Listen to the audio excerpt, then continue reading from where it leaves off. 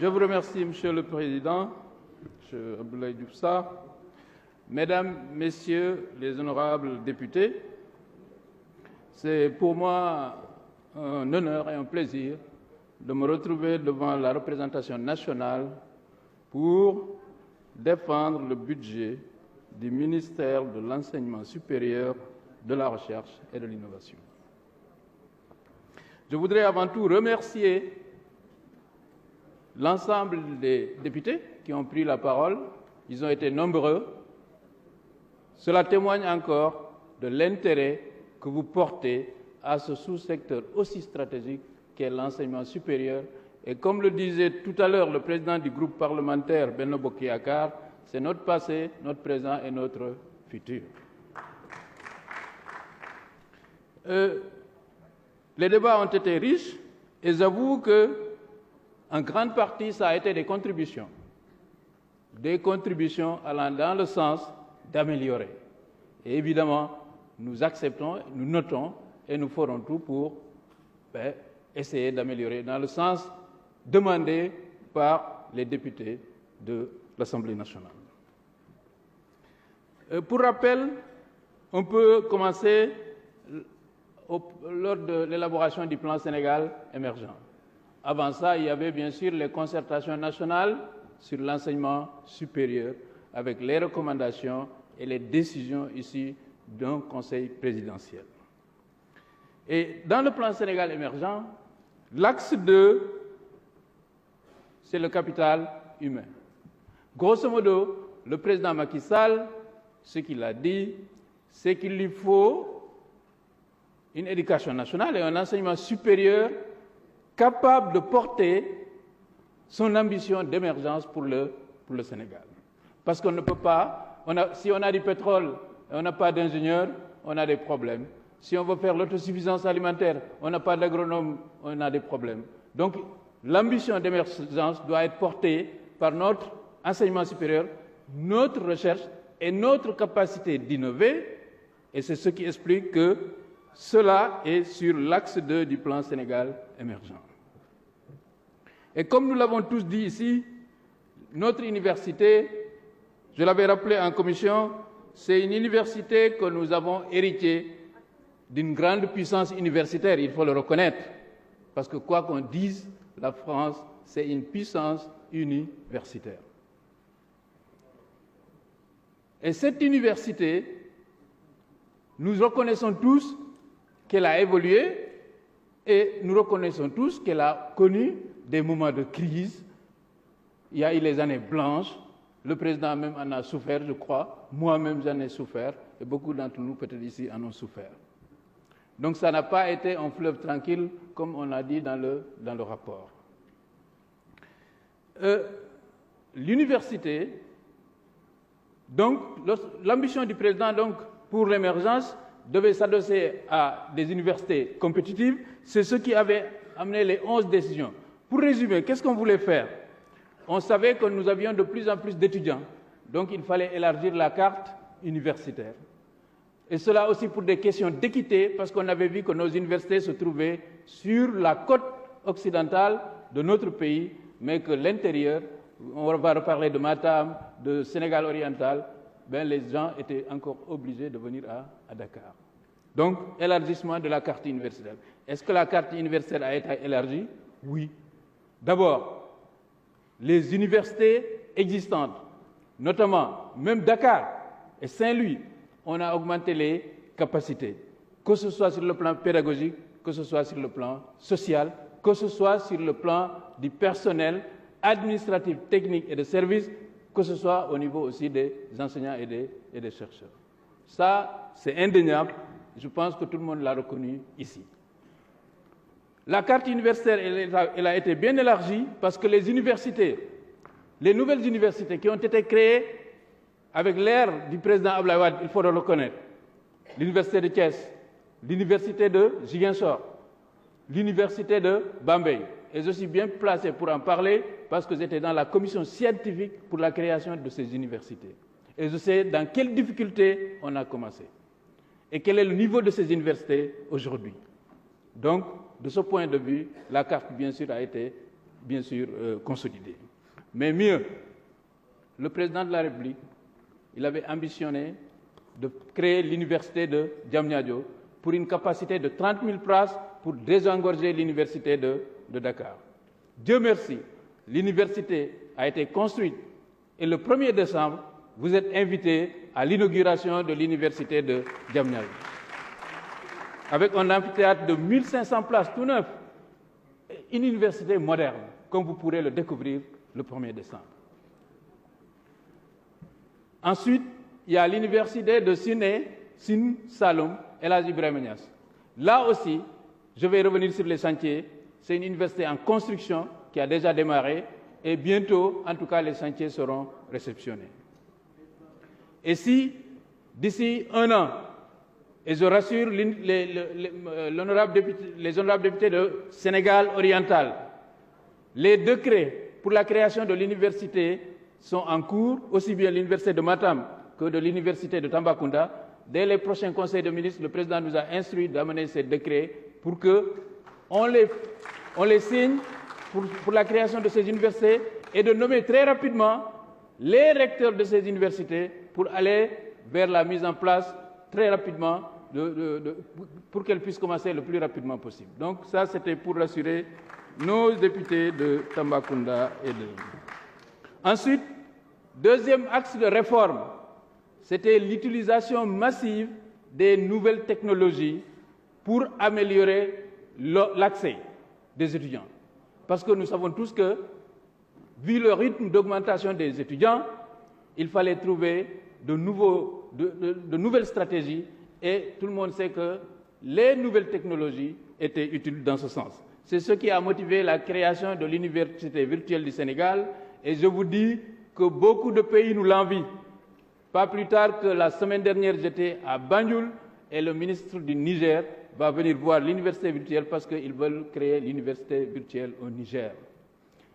Mais le plus important, c'est que la pandémie de la Covid-19 a démontré que ça, c'était une idée lumineuse parce que de toutes les façons, même les pays développés sont passés en enseignement bimodal ou presque complètement virtuel pendant 2 ans parce que c'est la pandémie qui l'avait imposé.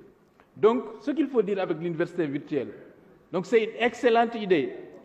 Je suis d'accord qu'il faut améliorer. Je suis d'accord qu'il faut finaliser les zénos.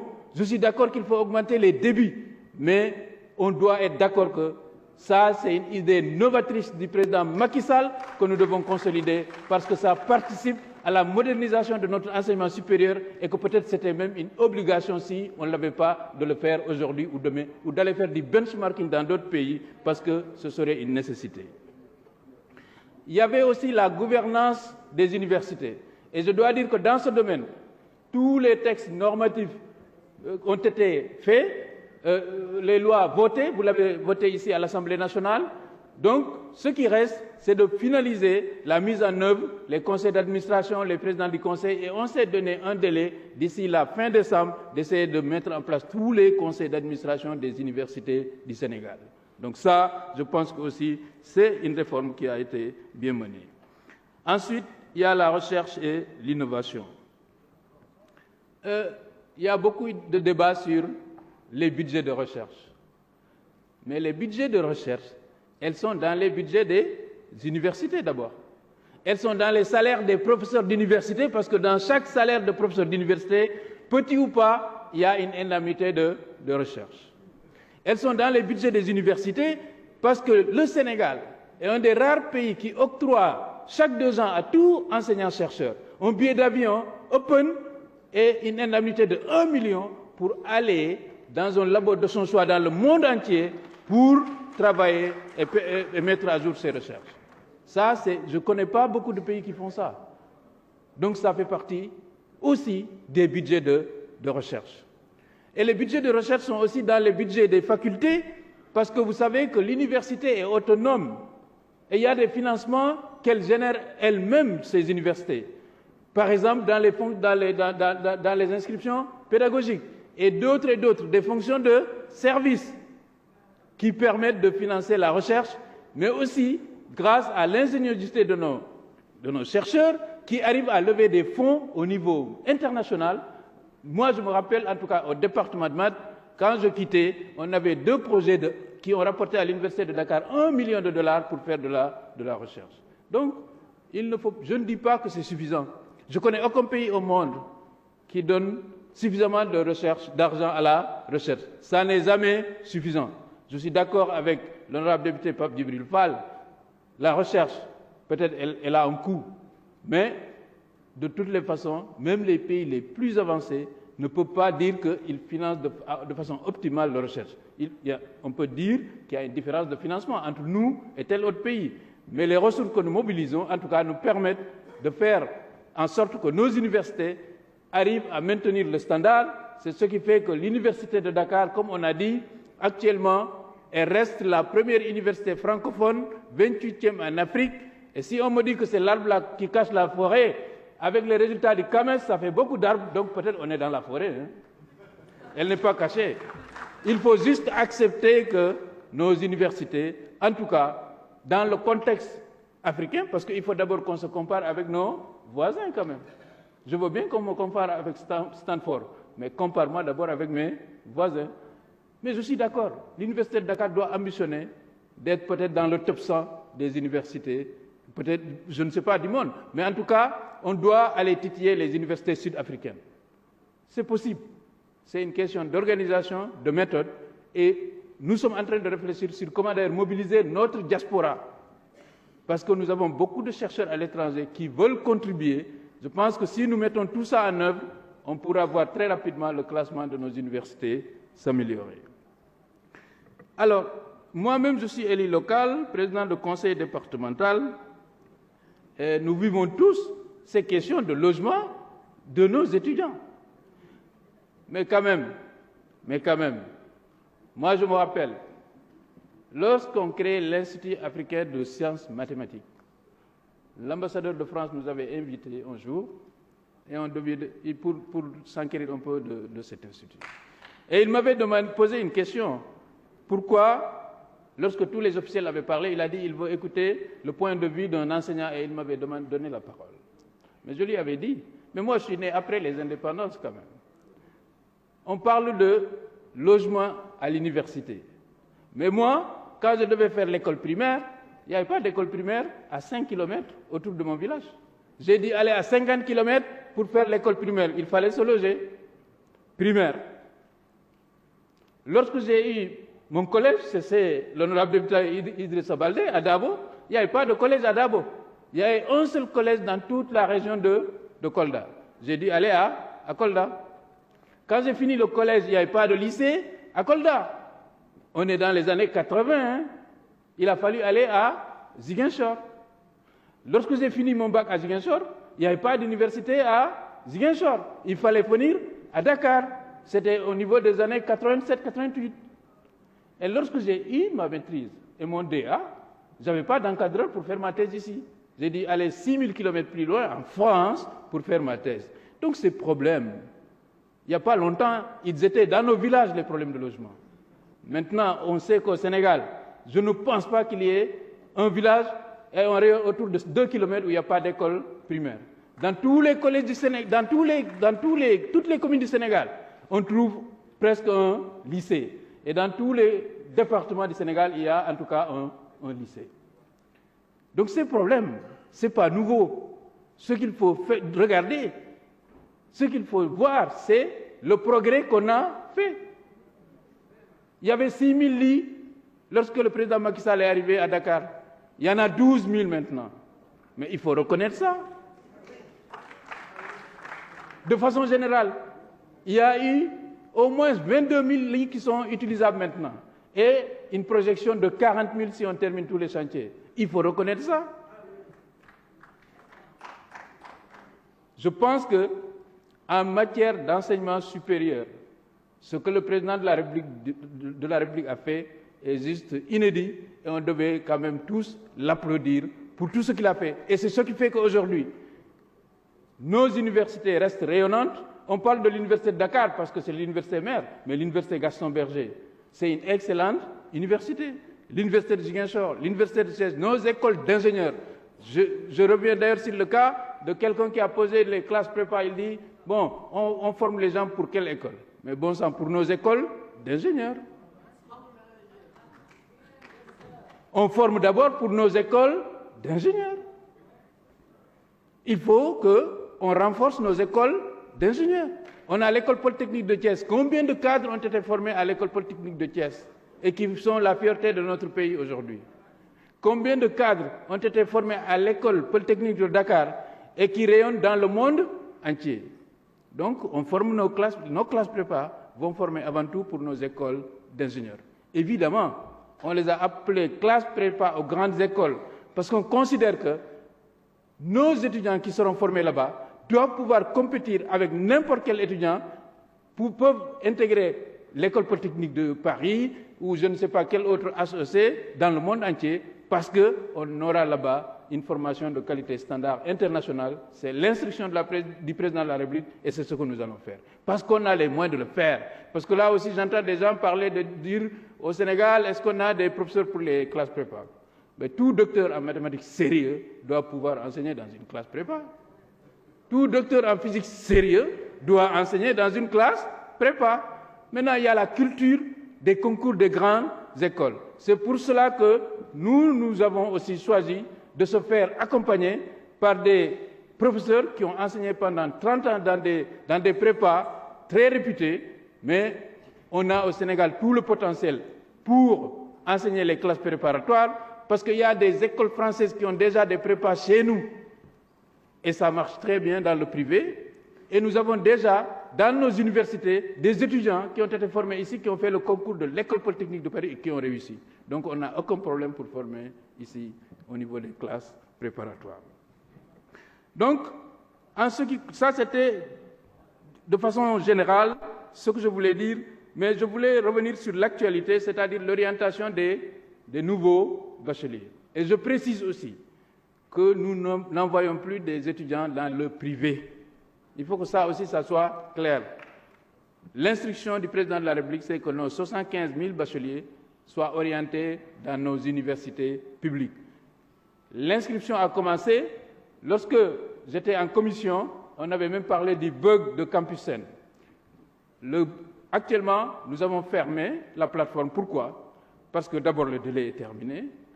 Et la bonne nouvelle, c'est que 95% des nouveaux bacheliers du Sénégal se sont inscrits sur la plateforme.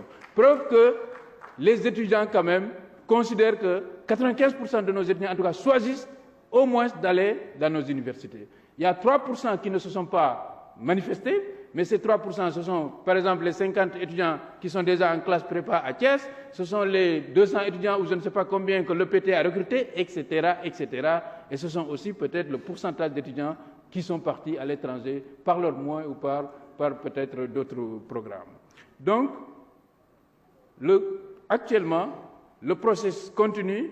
On est dans une phase où les universités doivent vérifier les listes des gens qui ont demandé et ensuite, la semaine prochaine, le processus d'orientation pure va commencer. Et là aussi, je dois rassurer, parce qu'effectivement, on est tous d'accord qu'on ne devrait pas orienter les étudiants au mois de novembre. Donc l'objectif que nous avons, c'est que l'an prochain, les orientations doivent commencer le lendemain de la délibération du baccalauréat. C'est notre objectif. Nous allons y travailler avec la direction générale de la Cinérie et je pense que c'est faisable. Le fait que les étudiants soient orientés au mois de novembre, décembre, on voudrait que ça soit un vieux souvenir et que les choses, le calendrier universitaire qui a été évoqué ici, soit évidemment, revienne à la normale. C'est pour l'intérêt de tous et l'intérêt de ceux comme moi, comme ils disent, qui ont besoin d'aller cultiver pendant les vacances. On doit pouvoir bien sûr retrouver un rythme universitaire normal. Alors, il y a des questions d'ordre spécifique qui ont été posées. Évidemment, j'aimerais quand même vous appeler tous par vos noms et répondre. Mais je pense qu'il y avait plus de 80 inscrits, Monsieur le Président. Ça pourrait être compliqué. Et de façon générale, les questions, en général, elles sont récurrentes. Donc, je pense qu'on peut répondre de façon thématique et répondre sur certaines questions spécifiques. On a parlé, par exemple, des sortants de l'IFR Self, c'est-à-dire au niveau de l'Université de Saint-Louis. Bon, en tout cas, ce qu'on a dit qu'il y a un arrêté qui n'était pas encore fait.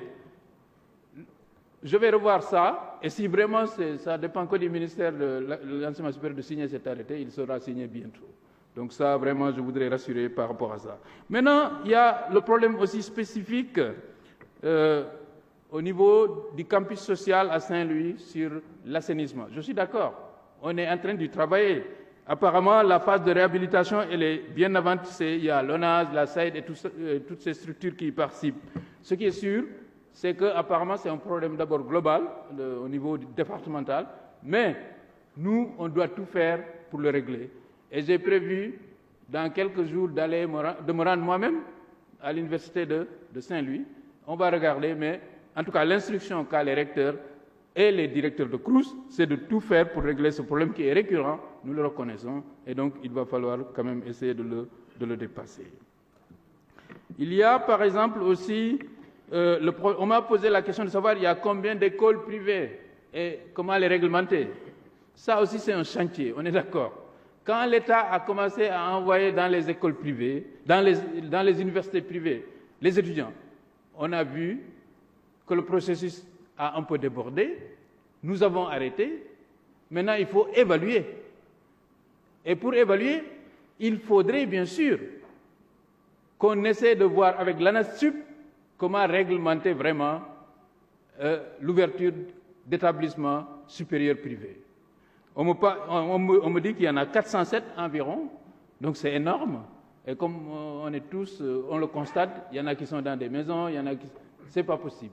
Donc c'est un chantier et en tout cas, au niveau du ministère, on prend l'engagement devant ici, la représentation nationale, qu'on va tout faire pour réglementer, pour faire en sorte d'assainir le système et voir est-ce qu'on pourra continuer à utiliser les bonnes écoles, les bonnes universités privées pour permettre à nos étudiants de pouvoir y aller aussi, parce que ça peut être possible.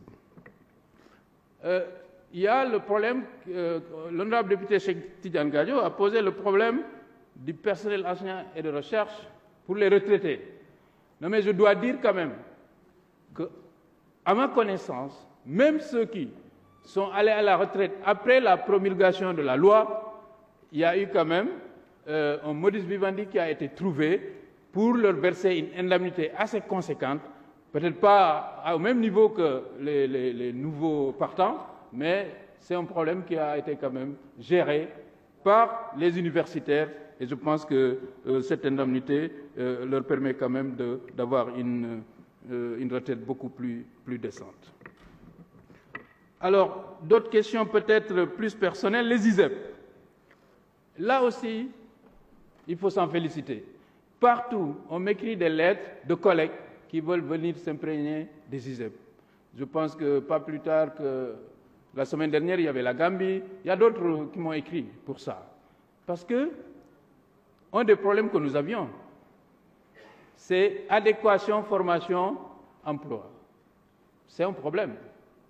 Et l'idée du président Macky Sall de mettre en place ces instituts supérieurs d'enseignement professionnel est en train de révolutionner notre formation professionnelle. J'ai rencontré le directeur de la RTS qui m'a dit que depuis qu'il y a l'ISEP, je pense, de Thiès, ils n'ont plus de problème de monteurs. Ils ont régulièrement des gens super bien formés qui viennent et qui sont recrutés directement pour faire le job. Avant, ils étaient obligés de les former sur place. Donc c'est ça aussi les ISEP. Et on me dit peut-être qu'il faut les mettre à l'université, mais je pense que c'est bien que les ISEP soient indépendants. Ça leur permet d'être à l'abri des soubresauts que nous avons dans nos grandes universités ou d'être phagocytés. Je pense que c'est un modèle qui est bien, qui est cohérent, où les étudiants, on les forme par métier, et si le métier, il n'arrive plus à s'insérer pour un métier donné, on ferme cette formation, on ouvre une autre. On a par exemple les ISEP à vocation agricole à Richard-Toll, à Bignona, on a des ISEP à vocation technologique à Diamniadio.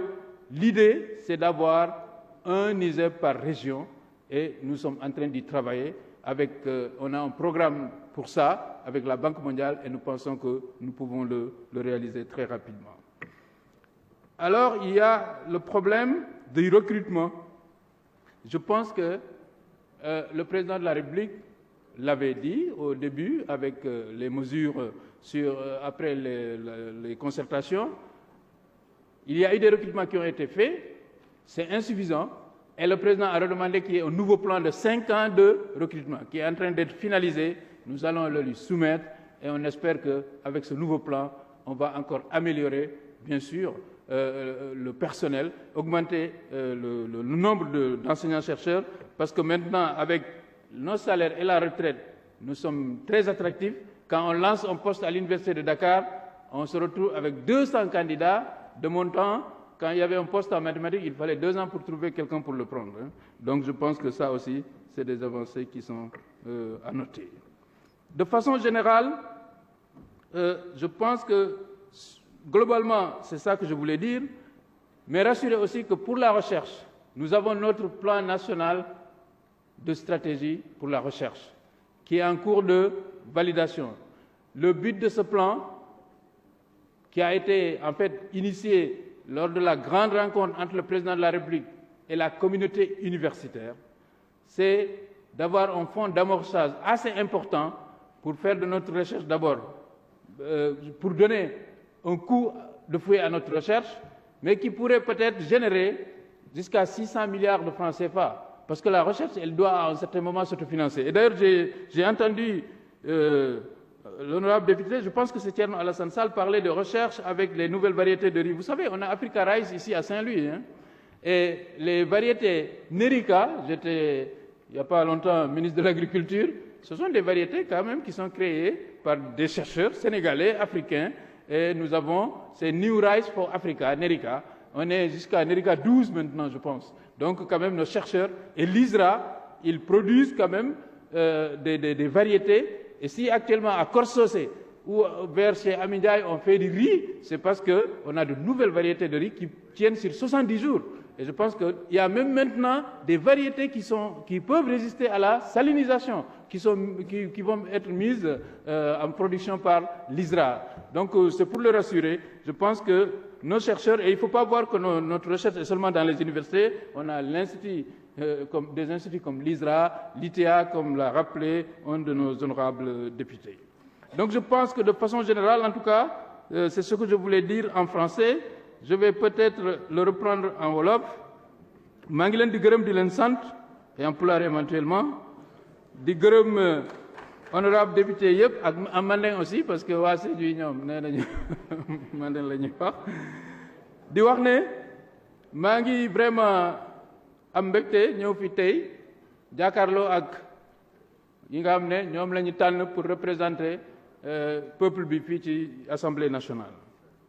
maa ngi leen di gërëm aussi ci maanaam ñi jël parole gis nañ ne ñu bëri jël nañu parole loolu li mu wane mooy enseignement supérieur dafa soxal député yi wax nañ dëgg parce que dëkk nag bu amul enseignement supérieur nag ça veut dire que vraiment dafa am lu des te li ma dégg mooy ñu bëri li ñu fi wax maanaam du question rek mais ay contribution dañu bëgg li ñu naam gis nañ li ñu def loolu kenn mënu koo weddi mënoo weddi ni Macky Sall yokk na amphithéâtre yi fii ci Sénégal lu bare bari mënoo weddi ne Macky Sall ci fi étudiants yi doon nelaw yokk na ko bu baax a baax maanaam lal yi yokk na ko ba ñanti yoon loolu kenn mënu ko weddi mais dañuy ñaan mu yokk parce que étudiants yi ñu ngi yokk dañu ñaan ENO yi macha allah gis nañ ko mais dañuy ñaan ñu yokk ay ENO wala ñi nga xam ne ñu ngi koy tabax paregul ñu jëm ko pare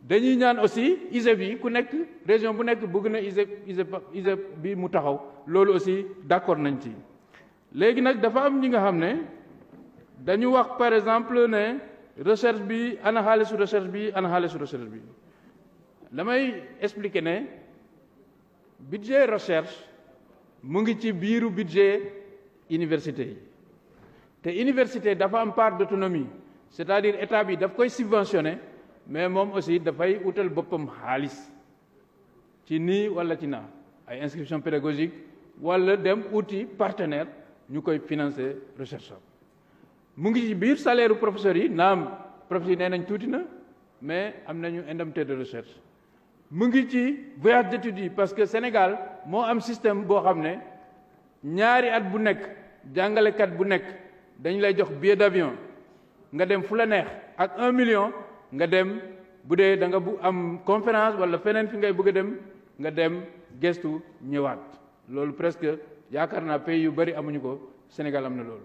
donc ci ay anam yu bëri la ñuy financer recherche je pense que on peut en parler des heures et des heures. bu loolu weesoo li ma bëgg a leeral mooy aussi wax nañu ni problème yi am ndox à Thiès du moins Saint-Louis et cetera donc la ma bëgg a wax ne moom ñu ngi ci liggéey bi te de façon générale instruction bi ñu président jox mooy chantier yi ñi nga xam ne bari nañ ci université yi nañu fexe ba ren ñu jeexal chantier yi loolu instruction boobu la ñu am ñun ministère de l'enseignement dañu jël engagement devant la représentation nationale que dinañu def boo leen voté suñu budget li ñu mun jour bu ñu leen ko voté le lendemain loolu la ñuy commencé ba pare chantier yëpp te kontaan du fait que au moins Amadou Matar Mbow pare na le 1er décembre vous êtes tous invités pour ñu inaugurer ko parce que université bu bees bu moderne boo xam ne vraiment en tout cas dafay en tout cas ànd ak jamono yi Diamniadio parce que Diamniadio moom li fa nekk yëpp c'est de la modernité c'est le TER c'est le stade Abdoulaye Wade c'est les ministères universitaires continue donc vraiment maa ngi gërëm ñëpp di sant ñëpp mun na am dafa am ñoo xam ne nag xëy na tontu ma directement ci seen laaj mais tontu bi laa bëggoon indi léegi bu dee am na koo xam ne jëliñu ko en charge mun na rapproché wu ci soit président groupe parlementaire am wala feneen bind ñu mun ci tontu indi leeral en tout cas on est toujours à votre disposition même tout à l'heure si vous voulez on est à votre disposition maa ngi leen di gërëm di leen sant. Je vous remercie, Monsieur le ministre. À présent, je donne la parole à Monsieur le ministre des Finances et du Budget pour ces éléments de réponse.